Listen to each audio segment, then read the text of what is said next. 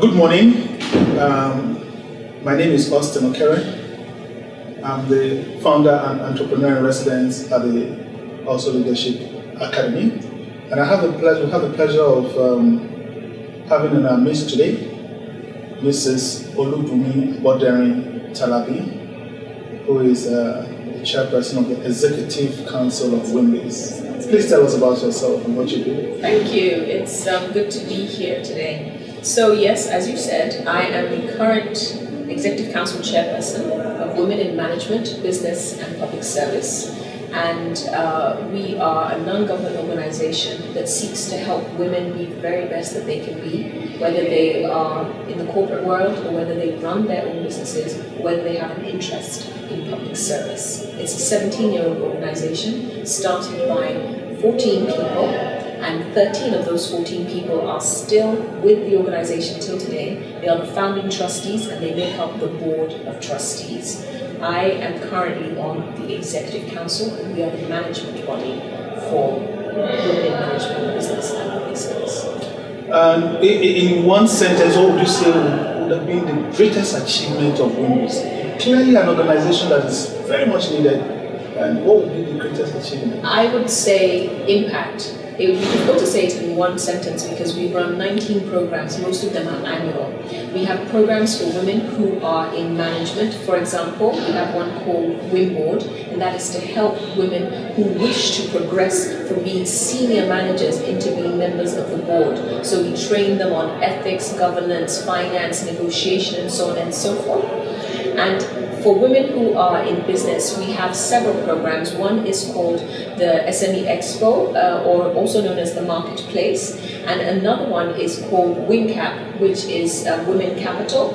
And that brings them face to face with consultants who specialize in HR, in finance, in tax, in structure, in branding, in communications. It's over a 2-day period, and it's usually heavily subsidized by a foundation or a grant-giving body. And they come and they learn and they get to sit in what we call business clinics. They present their problems and the experts help them out. And then for women who are in public service, we have WIMPOL.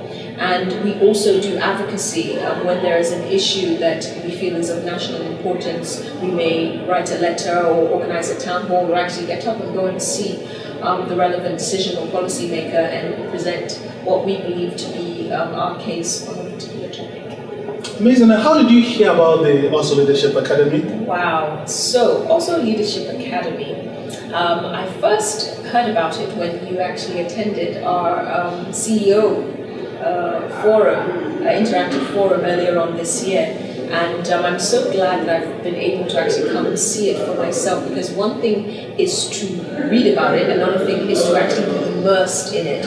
And from what I've seen today, I can see why this is a valuable training center, and why many as have the time or the capacity, the funding or resources, should actually come and just sit down for the 3-week module and learn about how to codify their business. And my worry why I came to see you during that period was that we were finding that we had a larger proportion of men business leaders and entrepreneurs than women, and I was worried. And today I saw that the class was a little bit balanced. What can we do to get more women to come and empower themselves to grow and scale their business dramatically? Well, fortunately, I believe you're doing the right thing. You are excellent, at marketing. You're excellent at getting your message across, and this is to me the best thing. You're already doing the best thing, which is letting people know that this is available. I think initially maybe people just were not aware. I became aware when I heard from you. So word of mouth marketing is really important, and you're doing a really good job of that. And then also you're targeting the right organizations. So you speak to the organizations, and the organization cascade the message down to all of their members. And I think it's just a question of continuing that push, continuing along that line, speaking to WIMBIZ, to WISCA, or to women in engineering, and all these various groups, these various women associations, and get them to pass the message to their members. And then that's part one, getting the message out there. And then part two would also be increasing your presence on social media. tagging and aligning with various influencers who speak to women, who women follow on Instagram and Twitter and so on and so forth. That will also let people know what you're doing. Part 3, I'd like to suggest that you have an online component. You probably already have that. You know, I didn't hear that in the class today. But there are some very talented companies, young individuals who specialize in taking your content and making it into an online workshop. You just, by doing exactly what you do, you will increase your school and move it outside of the borders of this particular facility. You'd end up, maybe having hundreds and maybe even thousands of people in a class, and then also the fees could be slightly lower than when they come in person. And part 4 is the scholarships that you're offering. That will also help get the word out, because the people who attend on the scholarship will now be sort of like your evangelists, and they will go out and they'll tell people that this is what I learned. I learned how to structure my business. I learned how to focus. In the class that I attended this morning, what struck me, when the gentleman who is in the confectionery industry was speaking, is how what he has learned at Ausso Academy has taught him to crystallize and focus and identify his market, identify all the different players in his market, and recognize what he can get, the segment that he can get from all the different players in his market. And sometimes all an entrepreneur needs is somebody to help them see what is staring at them right in the face. And I think that is probably the value of actually physically coming in and sitting at this at Ausso Leadership Academy and learning how to do this diagram and understanding what it is to look for.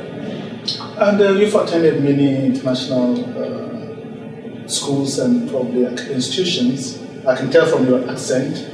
How would you compare the ambience here with any ones that you've attended? This is your facility is lovely. As I said before this interview started, I'm very impressed by what you've been able to achieve.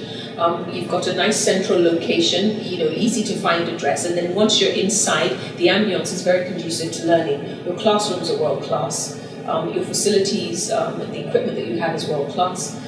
There's nothing missing from here, perhaps except the fact that you're meeting people who are in your environment as opposed to people who are from different countries. There's nothing really missing from here compared to what you would get at any business school in Lausanne or in Boston or in London. So you have a good thing here is what I believe.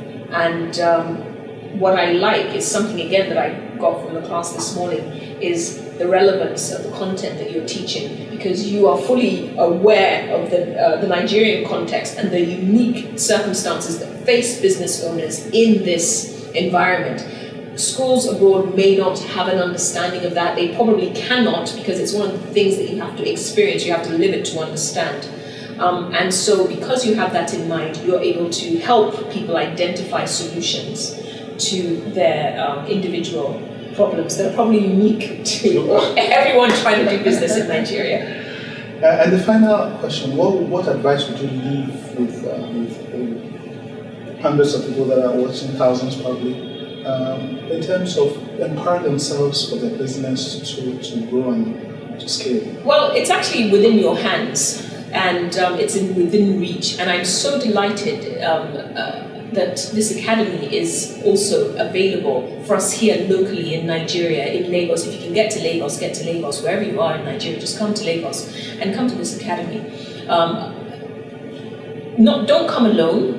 If you can encourage somebody else to come along with you, bring them, sit down, rub minds, learn, and recognize that a lot of the solutions that you need are actually in your own environment, in your own house, in your own company, and it's just a question of having somebody point you in the right direction and show you what it is that you already have that can become the solution, taking you to where you need to be. Thank you very much. Really appreciate your coming. Thank you. Thank you for inviting me. Thank you.